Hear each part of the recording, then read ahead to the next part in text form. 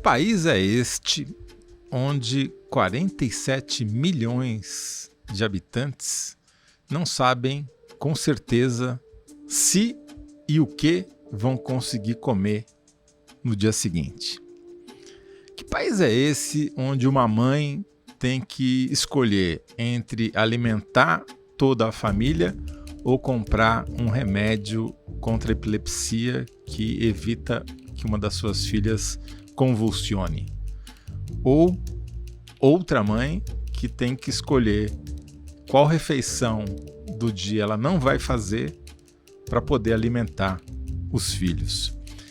Você poderia cinicamente pensar que a gente está falando do Brasil, mas incrivelmente a gente está falando do país com o maior PIB, o maior valor de produção de bens e serviços do mundo.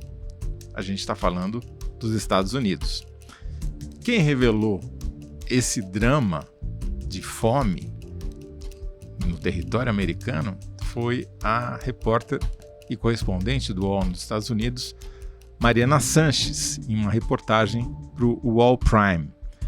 E hoje a Mariana vem aqui conversar conosco para contar o que os números dizem, mas principalmente o que os americanos dizem. Ela entrevistou mais de 30 pessoas para fazer essa reportagem, muitas delas que efetivamente passam fome, para mostrar que não é só uma questão estatística. Muito bem-vinda de volta ao All Prime, Mariana Sanches. Oi, Toledo, um prazer estar de volta aqui com vocês e quem nos acompanha. Eu sou José Roberto Toledo e este é o All Prime. Toda semana a gente conversa com os melhores repórteres sobre as melhores reportagens do UOL. Mariana, vamos começar com um número assustador que você publica na sua reportagem, que é esse de 47 milhões de americanos, estadunidenses, gringos, seja lá como queira chamar, em situação de insegurança alimentar, ou seja, sem saber com certeza se vai conseguir fazer as 3 refeições do dia no dia seguinte. De onde vem esse número? Pois é, Toledo, é um número estarrecedor, como você bem diz. Isso quer dizer que 1 em cada 7 americanos não tem certeza se vai ter comida suficiente em qualidade na sua próxima refeição. E esse é um dado oficial, é um número da própria Secretaria de Agricultura do governo americano. Na verdade, esse número ele é calculado a partir de respostas de um subgrupo de norte-americanos que respondem ao censo, a pesquisa de habitantes do país em 2023. Então, a Secretaria de Agricultura inclui algumas perguntas sobre com que frequência, por exemplo, aquele domicílio, aquela pessoa, por exemplo, viu a despensa ficar vazia nos últimos 12 meses. Com que frequência ela pulou uma refeição? Ou teve medo de que não teria dinheiro suficiente para se alimentar até o fim do mês? Enfim, uma série de perguntas em que a pessoa responde se sentiu isso nunca, de vez em quando, às vezes com muita frequência. E dessa maneira, a Secretaria de Agricultura calcula, extrapola esse número para a contabilidade nacional de pessoas nos Estados Unidos em risco de fome, né? Em risco de se verem sem alimentação. No caso, foi 47,4 milhões de pessoas, o cálculo de 2023, que é o último dado disponível, 1 em cada 7 norte-americanos no geral e 1 em cada 5 crianças aqui nos Estados Unidos, Toledo. É muito chocante porque se é um país pobre, e você vai pegar, por exemplo, o Haiti, onde 80%, mais de 80% da população está em situação de vulnerabilidade e com insegurança alimentar, você compreende porque é um país que não tem um PIB muito baixo, né? Uma produção econômica muito baixa. Só que os Estados Unidos ainda é o país com a maior, né, potência econômica do mundo, embora a China já esteja chegando lá junto. Por que isso acontece? O excesso de bilionários e o excesso de pobres crescendo juntos ao mesmo tempo? É a inflação de alimentos? É o custo de vida? Onde é que o negócio está pegando para afetar 47 milhões de americanos? Você tem absoluta razão no que você está apontando. Inclusive, é muito impactante, impressionante, quando a gente compara o contingente de pessoas em insegurança alimentar nos Estados Unidos e no Brasil, ele é quase o mesmo. Mas se você comparar o PIB dos Estados Unidos com o do Brasil, o PIB americano é 13 vezes maior que o nosso. Aliás, só o PIB da Califórnia é maior do que o do Brasil. Mas ainda assim, a Califórnia produz situações como a de um senhor de 62 anos, aposentado, deficiente físico, que passa dias se alimentando só com pasta de amendoim, que foi a última coisa que sobrou em casa, e 30 minutos de distância dessa casa dele, onde há fome, tem uma pessoa que está estacionando o seu barco atrás da sua casa, no seu riachinho particular. Estamos falando dos bilionários ali do Vale do Silício, né?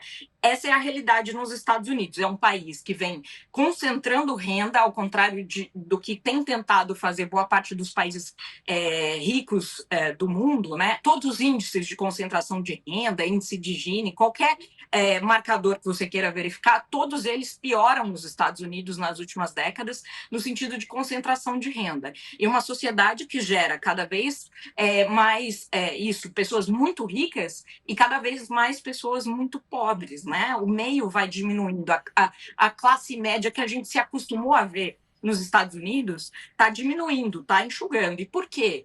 Porque o custo de vida nos Estados Unidos cresce vertiginosamente. De 2011 a 2024, por exemplo, ficou quase 90% mais caro, na média, comprar uma casa, o que é basicamente o sonho americano, né?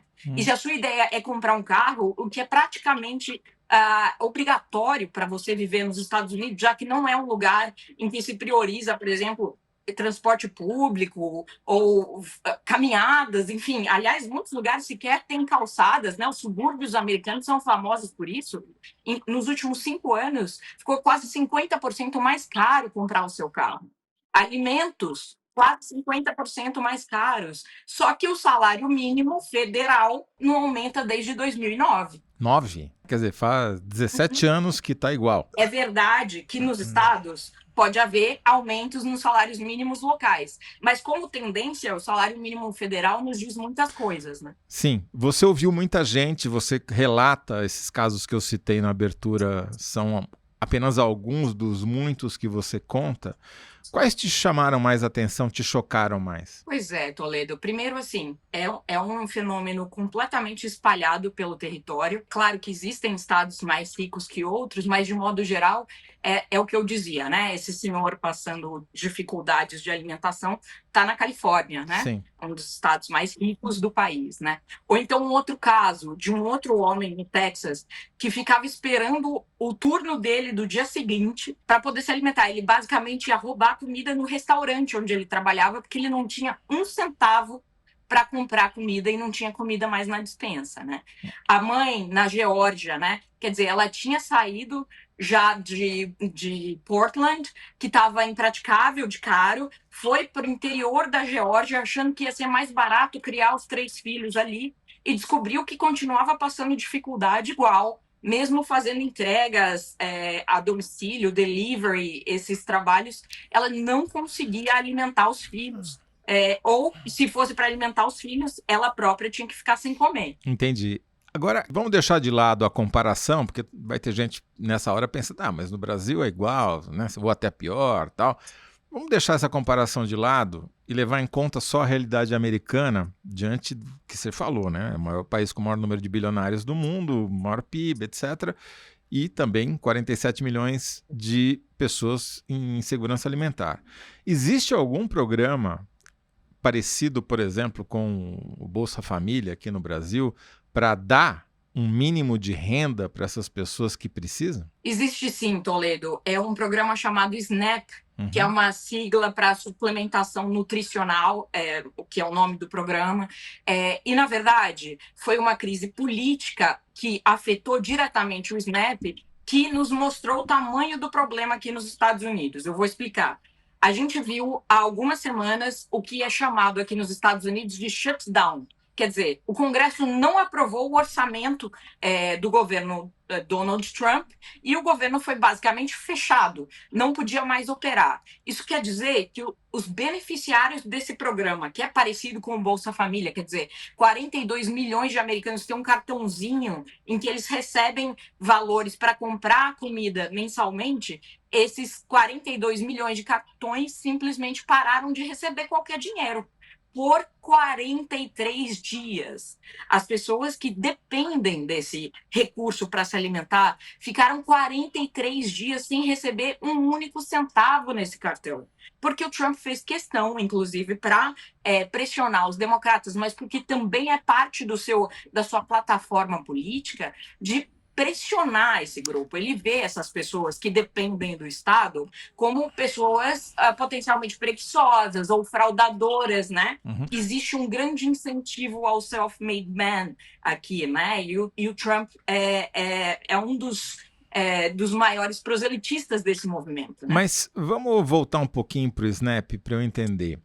Você me falou duas coisas que me chamaram muita atenção. Primeiro, pelo que eu entendi, esse cartão só te permite comprar comida. Você não pode comprar mais nada além de comida com esse cartão, que é parecido com o programa Fome Zero, que deu origem ao...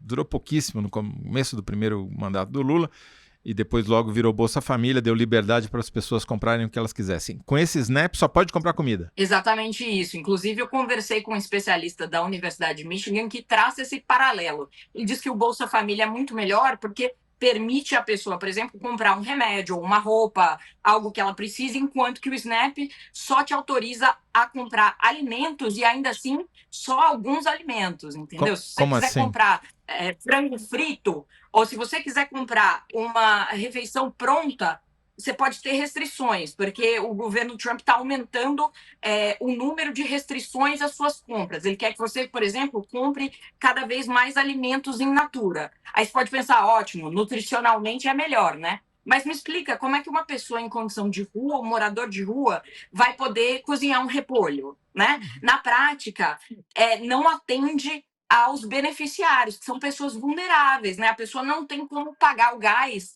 que vai precisar para preparar aquela comida, que é a comida que ela pode comprar com o Snap. E outra coisa que você falou que chamou atenção são 47 milhões de pessoas vivendo em domicílio, segundo o próprio governo, com insegurança alimentar. Mas o programa só atende 42 milhões, tem um buraco aí de 5 milhões. Tem um buraco de 5 milhões e o que ficou muito claro é que não tem folga nenhuma, né? Porque eu mencionava que o programa ficou 43 dias sem ser pago e imediatamente lançou na miséria esses 42 milhões, né? Porque é praticamente a única ajuda, o único auxílio, a única rede social que é muito pequena nos Estados Unidos é que essas pessoas podem recorrer, né? Além disso, você pode recorrer à igreja, distribuição de alimento por banco de alimento, mas aí você vai basicamente depender de ONG, não tem mais para como se socorrer, né? Você vai lidar com a fome diretamente. Os bancos de alimento mesmo são todos privados, né? São ajudas privadas, não há essa rede de segurança social, anti-vulnerabilidade, não existe um ministério para lidar. Então, o que é isso? Quem faz a pesquisa de fome, ou fazia, é o Ministério da Agricultura, né? Fazia? Não vai fazer mais. O Trump cancelou as próximas pesquisas, ele disse que custava muito caro e revelava muito pouco sobre os Estados Unidos, o que não é verdade, né? Na verdade, mostrava uma face dos americanos que a gente quase não conhece, né? E na prática o que deve acontecer agora, Toledo, é que os pesquisadores vão ter que se socorrer com os dados alternativos, como, por exemplo, a doação de plasma sanguíneo. A doação de plasma sanguíneo aqui nos Estados Unidos, ela é remunerada entre 40 e 120 dólares. E, ao contrário do que preconiza, por exemplo, a Cruz Vermelha, que diz que a doação deve acontecer só uma vez por mês para não prejudicar a saúde do doador, aqui nos Estados Unidos a doação pode acontecer 2 vezes por semana. Quando aumenta a fome nos Estados Unidos, então aumenta a doação de plasma. Não. Eu acho que eu entendi errado. Você está me dizendo que na falta de um indicador oficial que o Trump cancelou essa própria pesquisa que revelou esses 47 milhões de pessoas em insegurança alimentar, você vai ter que recorrer à quantidade de pessoas que vendem o próprio sangue até 2 vezes por semana para poder produzir mais sangue. Não fecha a conta. É exatamente isso que eu estou dizendo. E é mais uma, digamos assim, jabuticaba americana. Qual fruta que a gente pode dizer? Mas, enfim, Um grapefruit. a gente adora esculachar o Brasil, né? Mas os Estados Unidos tem cada uma, viu? Mariana, eu vou te pedir para a gente discutir um pouco politicamente essa questão, porque eu imagino que essa própria carência alimentar tenha ajudado a criar o Trump, né? Porque essa situação que você está descrevendo, 47 milhões, não é só eleitor democrata, né? Mas não me responda agora, só depois do intervalo, por favor. No cantinho do Parque Antártico, onde eles ficavam refugiados, cantavam: o Cléo morreu, a Mancha se fudeu. Em 1988, um assassinato do lado do estádio do Palmeiras marcou a história das torcidas no Brasil. A rivalidade entre as principais organizadas aumentou e a forma de torcer dentro e fora dos estádios nunca mais foi a mesma. Na terceira temporada de Wall Sport Histórias, os repórteres Adriano Wilkson e Daniel Lisboa descobriram documentos inéditos que revelam detalhes dos primeiros anos das organizadas. Uma jornada cheia de festas, brigas, reviravoltas e despedidas precoces. Toda a violência que você vê é em ônibus, é em estádio, em qualquer lugar. Não é ponto de uma que não tenha sido uniformizada hoje. Você pode ouvir o Wall Sport Histórias sobre meninos e porcos no UOL, no YouTube do Wall Sport e em todas as plataformas de podcast. Voltando, Mariana Sanches, me diga uma coisa, essa fome ou essa insegurança alimentar ajudou a alimentar o trumpismo, com o perdão do trocadilho? Com toda certeza, não só o trumpismo, como algumas outras correntes políticas, mas eu vou chegar lá. Basicamente, o que a gente viu nas últimas décadas foi uma fragilidade cada vez maior de movimentos sindicais, um aumento aí do desemprego entre aquela classe que costumava se empregar nas fábricas. A globalização levou para fora dos Estados Unidos muitos desses empregos, e é justamente nesse eleitorado que o Trump entra, e que é historicamente um eleitorado democrata, né? Esses grupos acabam se movendo para o Trump, que diz a eles que finalmente está entendendo qual é o drama do americano, as suas dificuldades, enfim, que vai trazer respostas a eles, ainda que aparentemente as respostas que ele esteja dando atualmente, como as tarifas, só agravam esse problema, né? A inflação de alimentos está alta, né? O preço da carne, por exemplo, está super alto aqui, as pessoas estão desesperadas porque não conseguem dar conta de pagar a carne do mês, né? Isso está acontecendo efetivamente e ajuda a explicar também por que as tarifas em relação ao Brasil estão caindo e devem cair mais. O Brasil, que é um dos grandes produtores de alimento do mundo. Mas para além do Trump, por exemplo, outro que se beneficiou com essa onda e que fez campanha falando de custo de vida, Toledo, foi o recém-eleito prefeito de Nova York, que se diz um democrata socialista e que, entre as suas promessas eleitorais, prometeu criar 6 supermercados municipais em Nova York para basicamente vender comida barata. Você entrevistou eleitores do Trump que estão em situação de precariedade alimentar, de insegurança alimentar. Qual é a reação dessas pessoas? Elas estão felizes com o governo Trump? Estão decepcionadas? Olha, Toledo, existe uma nítida sensação de insatisfação dessa parcela da população que se sente até enganada e que sente que o Trump as despreza na prática, né? Porque o Trump está tentando cortar mais e mais o programa, né? Proibiu que os estados viessem em socorro desses beneficiários. E aí eu conversei com essa mulher na Geórgia, que tem 3 filhos, o marido um entusiasmado trumpista. Eles deram essa chance ao Trump e agora se dizem completamente chocados com a falta de compaixão dele, com a prioridade que ele deu para construir o salão de festas ali na Casa Branca, enquanto a família deles passava fome, né, Toledo? A geladeira, ela me disse que tinha um aspecto deprimente, né? Quando eu a entrevistei, ela estava há 40 dias sem receber nenhum centavo no cartão e tendo que dizer aos filhos que ela não tinha um suco, que ela não tinha uma fruta para alimentá-los. Você publicou na reportagem a foto de uma geladeira vazia, né? uma mulher na Flórida, não é isso? Essa era uma outra pessoa com quem eu falei, a Sara, que tinha um filho de 14 anos e que em dado momento era isso. Tinha meio galão de leite, alguns iogurtes e era isso que tinha na geladeira dela para os próximos dias todos. Esse era o nível de desespero.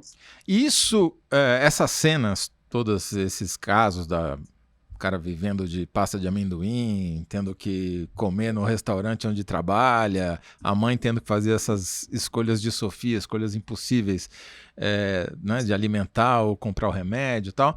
Isso ficou mais dramático por causa do congelamento do orçamento e a decisão do Trump de não pagar esse SNAP, esse dinheiro extra aí por mais de 40 dias, ou era uma situação que já acontecia antes? Toledo, eu acho que ficou mais evidente por conta da falta de pagamento do SNAP, mas é uma realidade que estava ali latente, né? As pessoas estavam vivendo no fio da navalha do orçamento sem que a gente estivesse se dando conta disso. Aí, quando você vai olhar as estatísticas, desde a pandemia, os Estados Unidos não se recuperam em termos de número de pessoas em insegurança alimentar. Na verdade, só vai aumentando, né?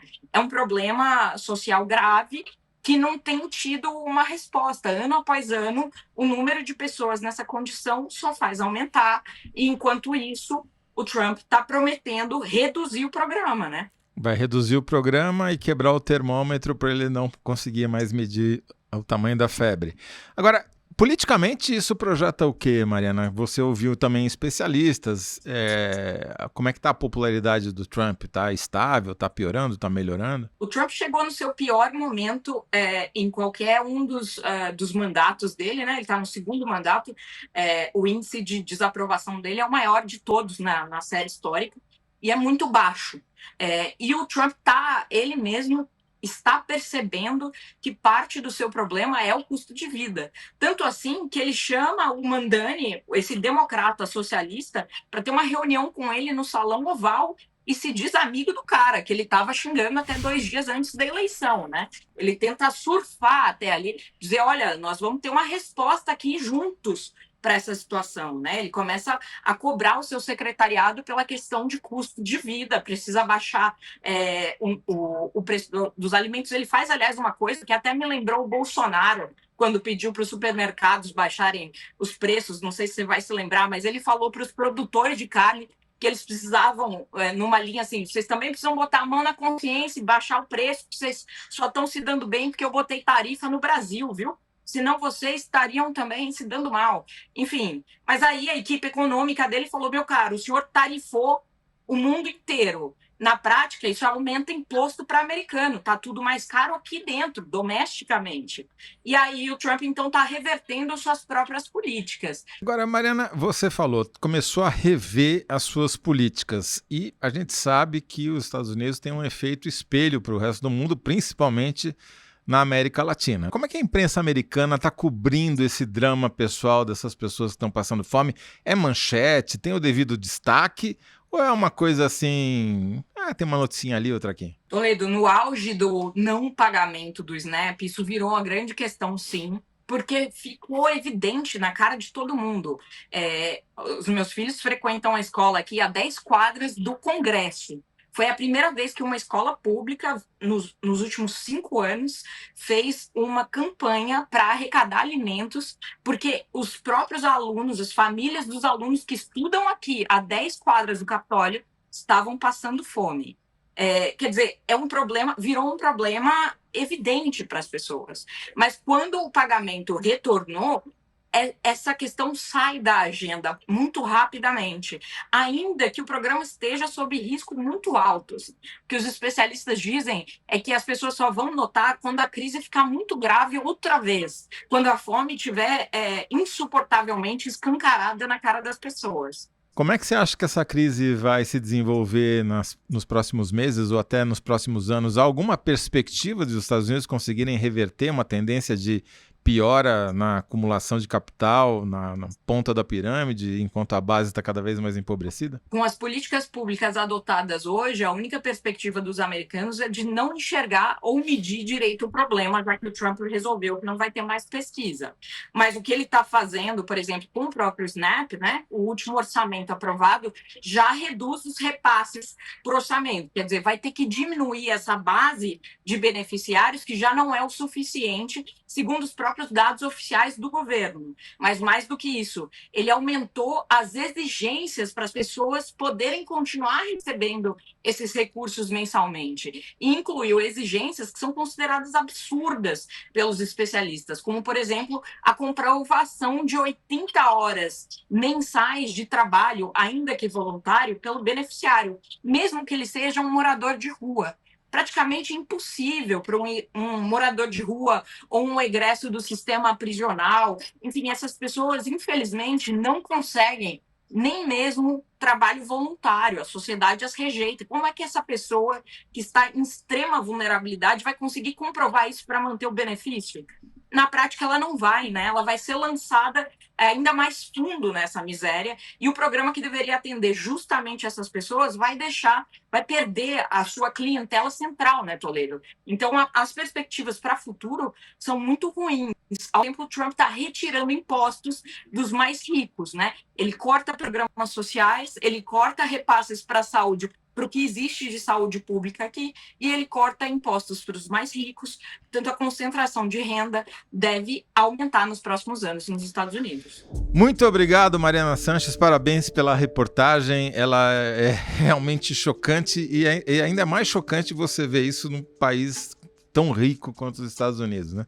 Quer dizer, não é nem uma questão de falta de dinheiro, é só de problema de distribuição mesmo. Obrigado, Mariana. Espero que você volte em breve para contar mais histórias desse calibre para a gente. Eu que agradeço, foi um prazer estar aqui, e sempre que quiserem é só chamar que eu estou de volta. Vamos chamar.